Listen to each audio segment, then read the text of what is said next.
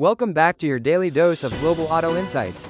Today's headline: tariffs, EV growth, and a big win for Kia. Today is the 25% import tariff implemented by the United States on all foreign cars. This policy, enforced by President Trump, aims to reduce reliance on imports and strengthen domestic manufacturing. But major automakers like Ford, GM, and Stellantis are warning this move could disrupt global supply chains and lead to rising vehicle prices. The ripple effect is already being felt.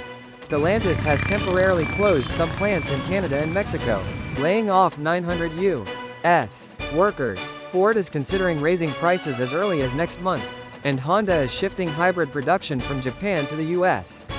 to avoid tariffs. Even Tesla has paused its parts imports from China and dropped plans for a new budget model.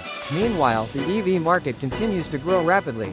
Global electric vehicle sales surged 29% in March, reaching 1.7 million units. China and Europe are leading the charge, with 36% and 24% growth respectively. But in the U.S., growth is slowing down just 12%, partly due to policy uncertainty and higher costs. To make things more complicated, China is restricting exports of critical EV materials, like lithium and rare earth metals.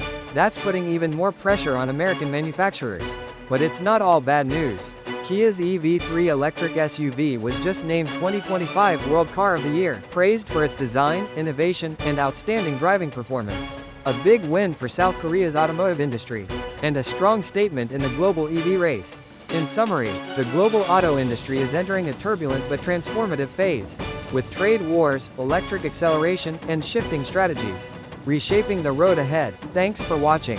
Don't forget to subscribe and check back tomorrow for your next daily update on the global car world.